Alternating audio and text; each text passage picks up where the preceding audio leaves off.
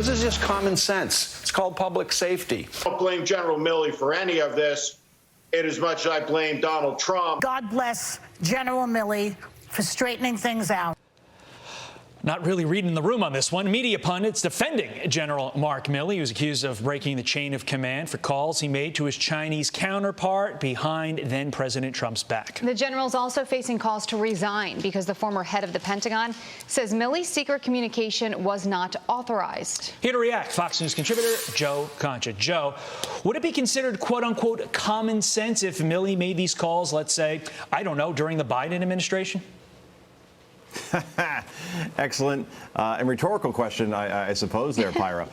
Look, Alexander Vindman, who isn't going to be invited to your next MAGA rally anytime soon, right? Because obviously he testified against the president during his first impeachment. He said, and we're quoting here, if this is true, General Milley must resign. He usurped civilian authority, broke chain of command, and violated the sacrosanct principle of civilian control over the military. It's an extremely dangerous precedent. You simply can't walk away from that. And he's not the only one, obviously, who is saying this here.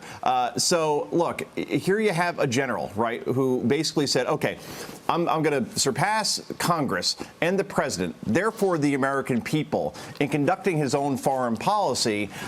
No, there is no excusing this, regardless of what you think of Trump or not. Trump was elected. Milley was not. And here we are. But yet, obviously, I think it's a reflex with certain people who are put on TV. I can't even call them the media because I can't consider Steve Schmidt or Joy Reid the media per se. They're obviously activists, but at the same time, here we are because they are given a national platform and they do have, to some extent, some influence over the people that they're watching. It's important that you did clarify yourself. You called him General Milley. I serve under General Milley. Everybody else is under General Milley. Milley. We made that clarification. Milley. It's early. The voice isn't working yet. Sorry about that. Of course it's Milley. It's all good. Yes. It's all good. OK, so let's go ahead and pull up the statement from Milley's spokesman saying, quote, these conversations with Russia and China remain vital to improving mutual understanding of U.S. national security interests, reducing tensions, providing clarity, and avoiding unintended consequences or conflict. His calls with the Chinese and others in October and January were in keeping with these duties. Do you see any reason why we shouldn't be able to get transcripts from these calls? That's the thing. OK, so if transparency is the theme of this administration, of the Joint Chiefs, obviously, then let's hear exactly what was said and not depend necessarily on a book from Bob Woodward and Robert Costa. And what we see here, I think, is that you have a general, once again, who thought that in October, now remember, this is before the election, he's making these phone calls. And the Chinese must be getting these phone calls and saying, wow, you know, would we ever give the U.S. any phone calls if it looked like anything was unstable over here? Of course not. I think we underestimate the fact that China probably is our biggest foe. We saw that obviously with COVID. We see that in the way they conduct themselves on a regular basis. They may control Bagram Air Base before we know it.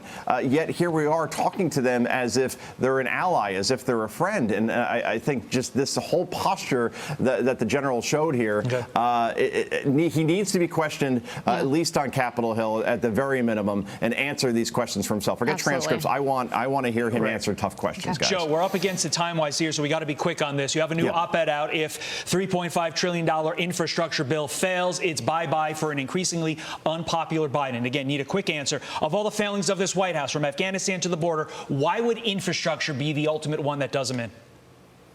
Because the progressive wing, AOC, the squad, would revolt if that whole package, $3.5 trillion, which is really $5 trillion, they will revolt. Independents who elected the president on the premise of being a unifier will revolt. He's already in the 30s on economy, crime, border, Afghanistan. So the most powerful Joe in the country right now, guys, I'll leave it here, is Joe, not Biden, but Manchin. And he holds the keys right now along with Kristen Sinema, and they are not budging right now, guys. Got to go. Bye. OK, Joe, thank you. Thanks, bye. Joe. Good to see you. Read his op-ed. It is 19 minutes after the hour.